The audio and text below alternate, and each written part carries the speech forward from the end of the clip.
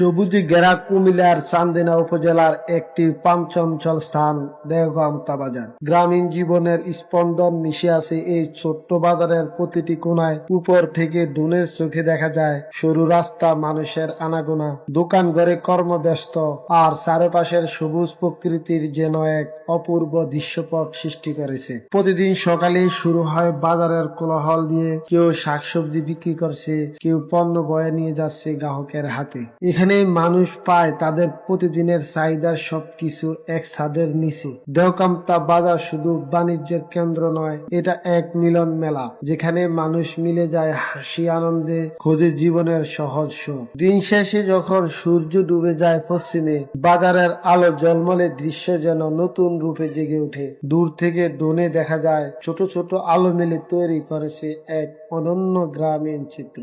দেওগামতা বাজার ইতিহাসও বেশ পুরনো। স্থানীয়দের কথায় জানা যায় বহু বছর আগে এখানেই ছোট আকারে শুরু হয়েছিল হাট। ড্রোন শটে দেখা যায় রঙিন ছাউনির নিচে কর্মব্যস্ত দোকান, পাশে ছোটখাটো খাবারের দোকান থেকে ভেসে আসছে ভাজা পোড়ার গন্ধ।